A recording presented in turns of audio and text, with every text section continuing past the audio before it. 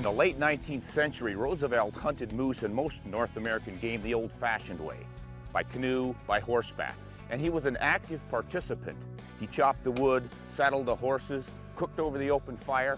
It was a primitive style of hunting by today's standards, but certainly a fulfilling one, and incredibly exciting and demanding. That style of 19th century hunting can still be had here in northwest British Columbia. Hi, I'm Ron Spomer, and this is Winchester Legends. Searching for moose in the vast wilderness of British Columbia is no backyard deer hunt. Get ready to ride.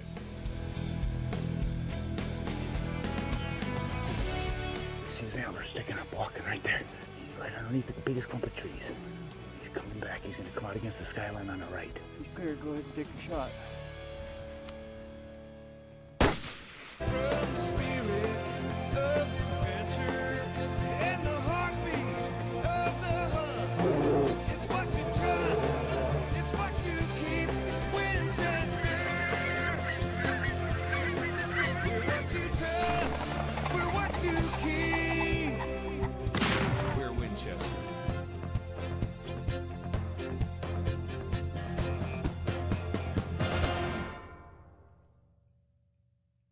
Winchester Legends is brought to you by Winchester Repeating Arms, the guns that work. Swarovski Optic. Truck Vault, manufacturers of the world's finest secure in-vehicle storage systems. SOS Outdoor Products, quality gear for the outdoor enthusiast. She Safari, clothing for her expedition.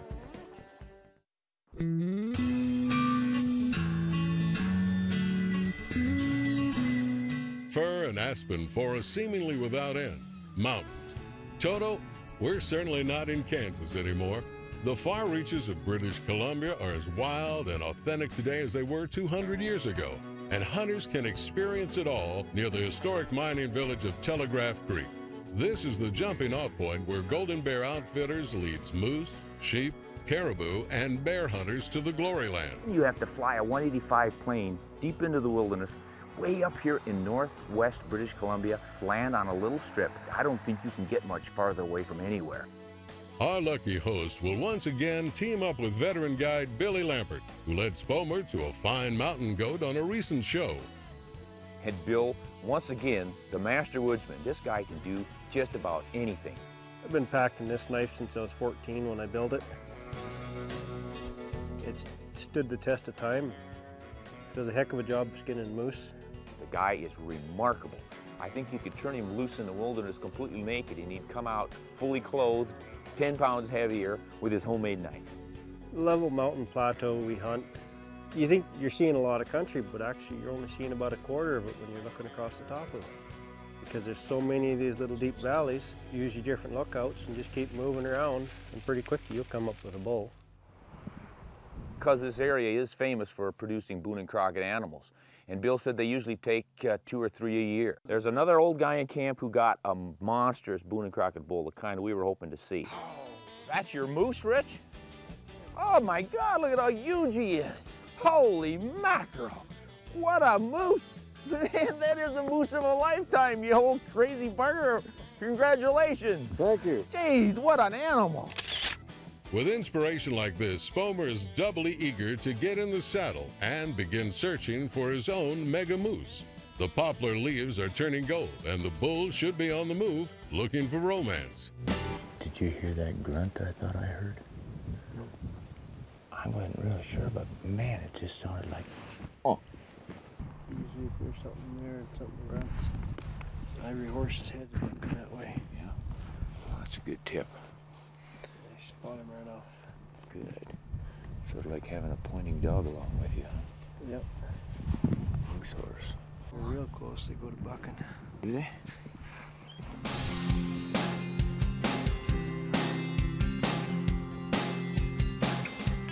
Oh, Bill spotted this scrape in this meadow. This is a classic for moose. A lot like whitetails. The big bull moose in the rut will make a scrape. Fall to the ground, as obviously you can see. Then he urinates in it. I could smell it right now. Stinky bull. You can even see where he's rolled in it, rubs his shoulders in there, gets that all that stink. That actually helps the cows come into estrus. And a young bull that doesn't have the ability to metabolize that sort of a stink yet doesn't attract cows. So what he'll try to do is come in here and steal the smell from a bigger bull's scrape. And the cows will even come in here and roll in it. So it's really a good sign we've got a rutting bull in this area. When we first started getting into good moose sign, we found fresh beds where the grass was flattened down, tracks through the grass, not just of moose, that we saw grizzly bear trails, we saw wolf trails. So it was getting real exciting at that point. Just needed to see some animals. Got anybody out there? Nothing yet. Boy, this is just prime moose habitat. I'm watching the cotton down and it seems to be going up. Cuts down here and it starts to go up and then once it'll switch, but it always seems to be rising. Yeah. So I think we'll be all right even though the winds are swirling. Yeah, we'll have to watch. If they pop up right on top, I better be ready. Now, as far as the calendar is concerned, we were looking at rut time here. Late September, 22nd, 23rd, around in there, they ought to be going full steam. So you expect the bulls to be grunting. It's not really loud, but you can hear it quite well out in this open country with good air. See if you can get a bull to talk to you.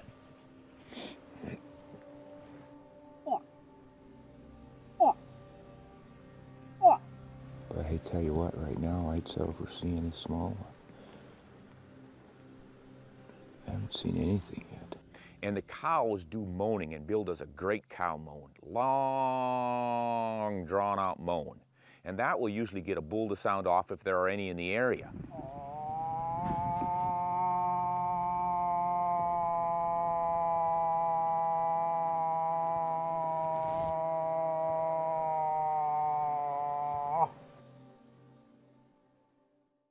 Not hearing anything. Should have been grunting back by now. Still, we couldn't find an actual animal. We didn't even see a cow. So we were starting to get quite worried. So we made one of those 5-6 hour moves.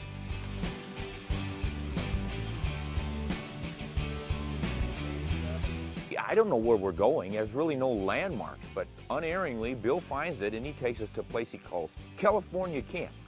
We run a fairly light camp, use a little less horses, so we try not to have too many people in each camp. Usually just a guide and a hunter.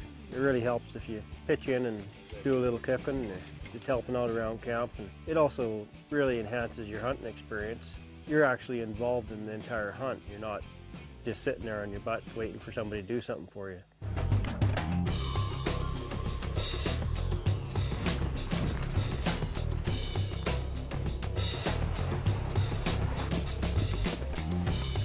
Sitting on your butt seems work enough when there's a horse under it, plowing its way through the tangled wilderness, brush, mud, blowdowns, and river crossings. This ain't no dude ranch. Winchester Legends is brought to you by Redhead, finest in the field since 1856. Swarovski Optic. Truck Vault, manufacturers of the world's finest secure in-vehicle storage systems.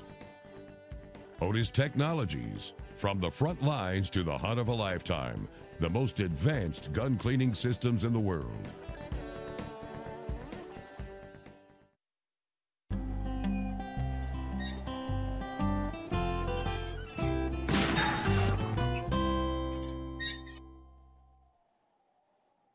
A moose is obviously the biggest deer in the deer family. They're not tiny animals by any stretch of the imagination, but most hunters assume they need a much larger rifle than they really do to take one down. They're really not all that hardy. If you put a good bullet through the chest cavity, it'll generally do the job. A 130 grain bullet from a 270 WSM, which most would consider too light for moose hunting. That XP3 bullet and its superior construction. See, it's the old fail-safe bullet, but instead of the hollow point, they've put that plastic tip in there for maximum downrange efficiency. And it's really a rugged, hard bullet that stays in one piece. Gets a good 1.5x mushroom, and then all of the weight retention stays in that bullet, so it'll penetrate it. So if you use the right controlled expansion bullet, you can get away with a lighter weight.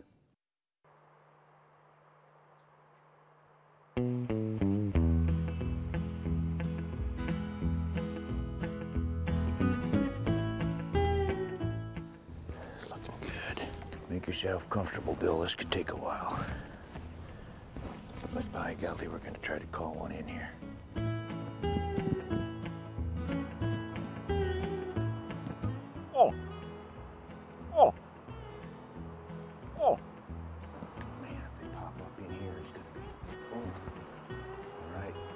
going to be a quickie. Should be exciting.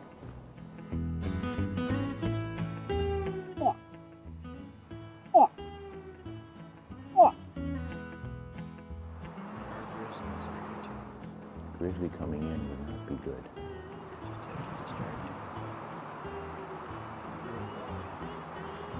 I'll roll you down the hill. If they like running game, they'll go after you. They want meat on your bones anyway. It's a matter of choice for the client. You know, how hard do you want to hunt? Are you willing to settle for a smaller bull, or do you want to go for the big boy? If you want to go for the big boy, you better be prepared to ride.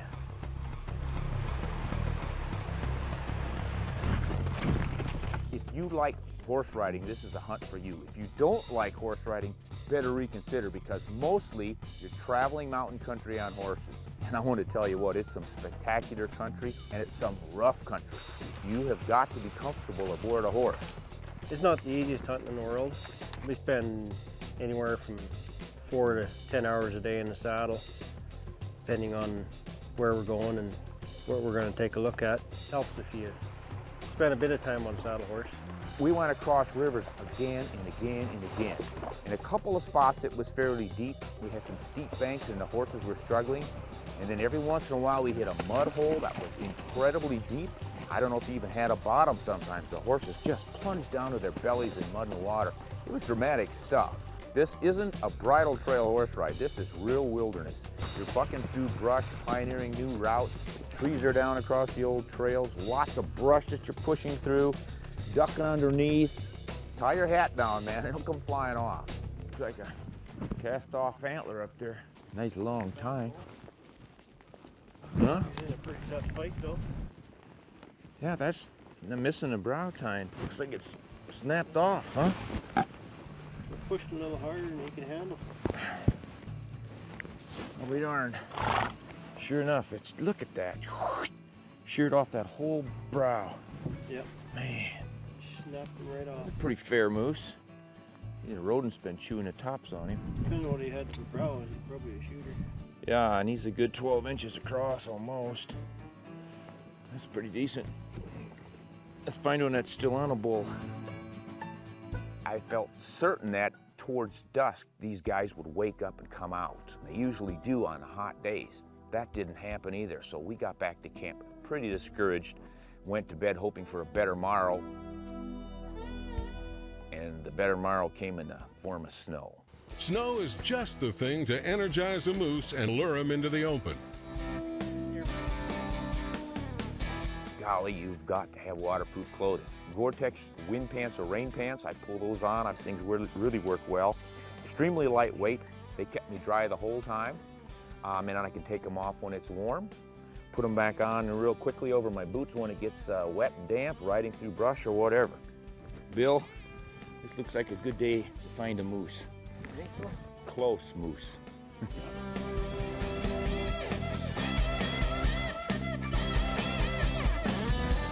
So we rode all day in the snow until finally, a bull pops up about 500 yards and Bill spots him.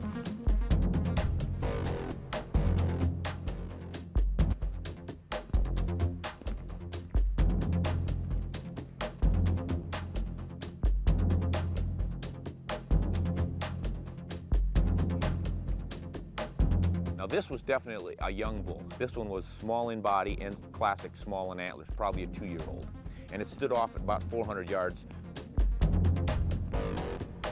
Just stands there looking. Young bull, we'll pass him up. It's good to see him though. Looks like a Christmas card in that snow.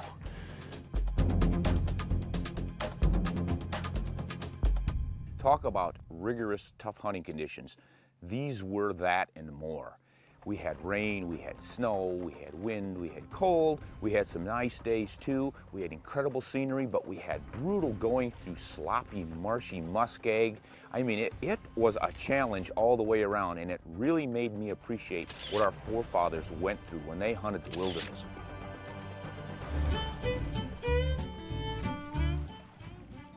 Ready? Here comes the steamy water. Think back to the days before mechanization. Thank God this wasn't too bad of a way to do clothes. Oh yeah, that looks good enough. We take it for granted these days, but think how hard that has to have been. You said, heck, I could stay home and do laundry a lot easier. Oh my gosh, it's a lake.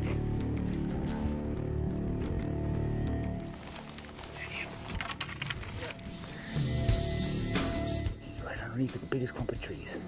He's coming back. He's gonna come out against the skyline on the right. Winchester Legends is brought to you by Winchester Repeating Arms, the guns that work. Redhead, finest in the field since 1856.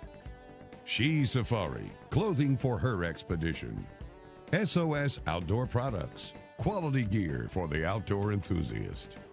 Otis Technology, from the front lines to the hunt of a lifetime, the most advanced gun cleaning systems in the world.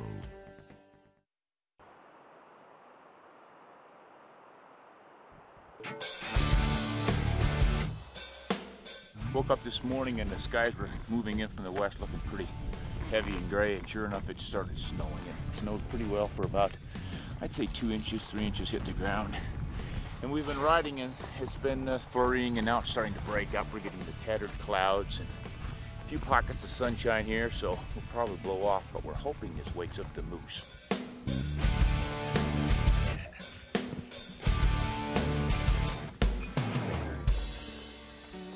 Got up on a high ridge, started looking around. Just before we were to pull out, a bull pops up out of the willows over here, and Bill spots him.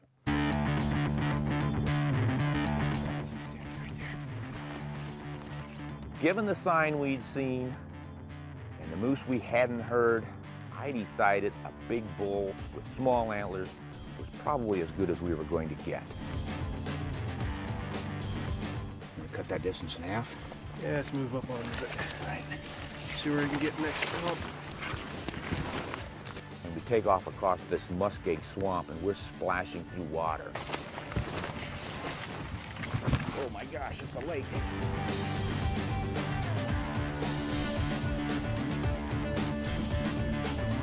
Splash, splash, splash through that water, thinking you're going to step into a deep hole at any time. A little bit nerve-wracking. Bill was leading the way, and he was setting a torrid pace.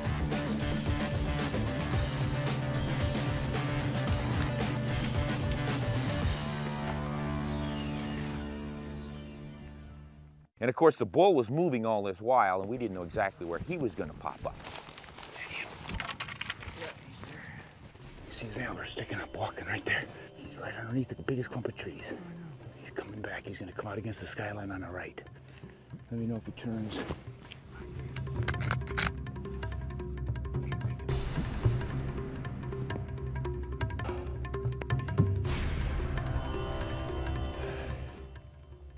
Got to clear some brush.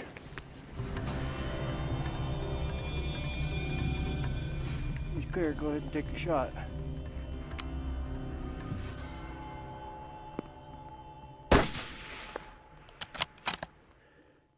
Got him. Yeah, you got him. I think he's good. When you're after an animal that big, 1,400 pounds of moose, the largest deer in the world, it's got to be exciting no matter how big his antlers may or may not be. When we got a good, clean broadside shot at about 200 to 225 yards, I took it. And made a good hit on that moose. He spun around, ran into the trees, flopped over, all over with one shot. This is a heck of a hard-earned bull. Look at the hackles on that guy. You could tie some dry flies with that stuff. Last winter there was a lot of snow out here, and we had a lot of winter kill and a lot of skinny moose. This was a big-bodied bull, but he didn't have a lot on the top end. 45 and a half almost. 45 and 5/8. Look at those gum boots. But they've got good, sharp, classic deer hooves. They look just like a giant whitetail hoof. But it helps them walk through the bogs. You know, I've hunted moose 6-8 times already. It's not like I needed to kill a big bull. I just wanted to have an exciting hunt, and this was certainly all of that. You know, you can't beat this country, the weather conditions, driving snow, and it's just perfect for a moose hunt. And we were pretty lucky to get this one. He was just full of fight. We hunted hard for him. Forests and mountains, willows and bogs, autumn color and Christmas card scenery. It all adds up to the legends of old. Moose hunting by horseback. It's still out there, waiting for the next lucky hunter.